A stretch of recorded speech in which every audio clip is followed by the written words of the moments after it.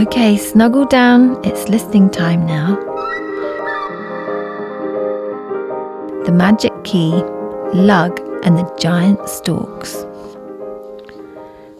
Biff and Wilma were making a treacle cake and a big sticky mess.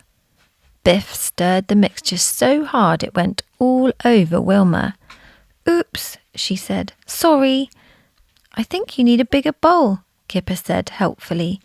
"How about that wok?" But Wilma wasn't listening. She was trying to clear up the mess. Floppy helped by licking the drops from the table. Biff went to get Wilma a clean t-shirt. "Why don't you use that wok, Wilma?" Kipper said again. Then he cried. "Why don't any of you ever listen to me?" I wish they'd listen to him too, thought Floppy.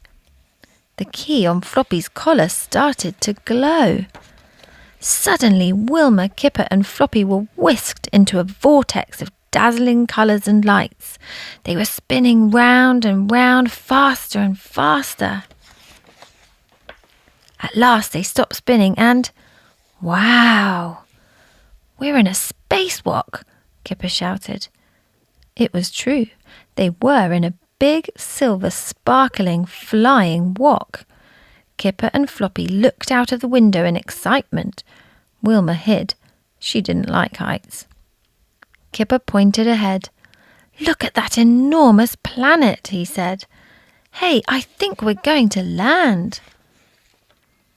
The spacewalk landed with a bump, and a big slide whizzed to the ground. Floppy and Kipper slid down. "Whee!" shouted Kipper. "Coming to explore, Wilma."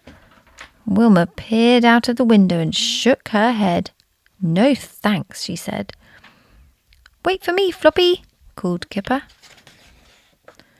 The two of them started to explore. Suddenly they heard a funny beeping sound coming towards them. It got louder and louder. Above them was an enormous space stork. Kipper gasped. "Run, Floppy!" he yelled. They hid behind a rock. The space stork flew closer, still beeping. Then it swooped down and picked up the wok with Wilma still inside. Kipper and Floppy watched in horror as the stork flew off, carrying the wok and Wilma to the top of a very tall tree. What were they going to do now? "Come back!" Kipper yelled at the top of his voice. Suddenly a strange little man appeared. "You're wasting your time," he said. "They'll never hear you. I've been waving my flag at them for hundreds of years, and they've never spotted me." "Who are you?" Kipper asked. "Uppity downity, hoppity skippity, flippity spinnity, jiggity Lug's the name. But you can call me Lug," said the little man. "I'm a space elf. What can I do for you?" "My friend's in the space stork's nest," Kipper said sadly. "I've got to rescue her." While Kipper told Lug what had happened, Floppy sniffed at the ground. What was that interesting smell? He wandered off to find out. Lug wasn't worried about Wilma. "Those space storks only want to play," he said. But Wilma was not having a good time at all. Floppy had found the smell.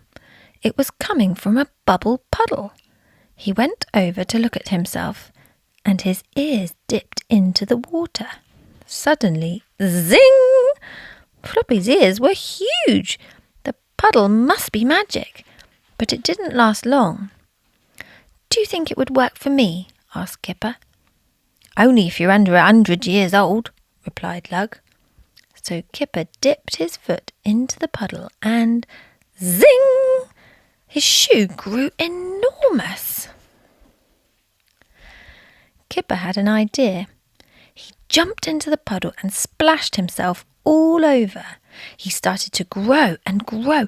"It's working," he said happily. A little voice called to him. It was Lug. "Take me with you, please," he said. "I'd love to meet those space storks at last." Kipper scooped him up in his giant hand and carried on growing. The space storks were very surprised to see the giant Kipper, but they didn't want to let Wilma go. "Leave it to me," said Lug.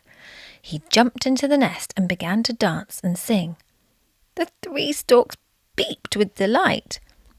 Meanwhile, Wilma jumped into Kipper's hand just as he started to shrink again. Lug leaned out of the nest and threw his flag down to Kipper. "Thanks to you, I don't need this anymore," he called. Kipper pointed at the key round Floppy's neck. "The key's glowing," he said. "We're going," thought Floppy. They landed back in the Robinsons' kitchen.